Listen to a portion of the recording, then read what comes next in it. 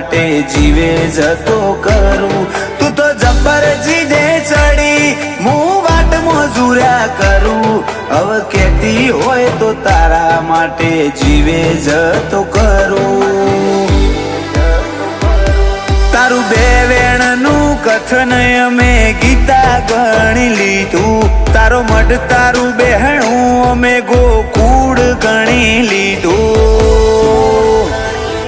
અગુતીએ રાશુ હીરા જેવું છો એ નજરાવા ના દીધું.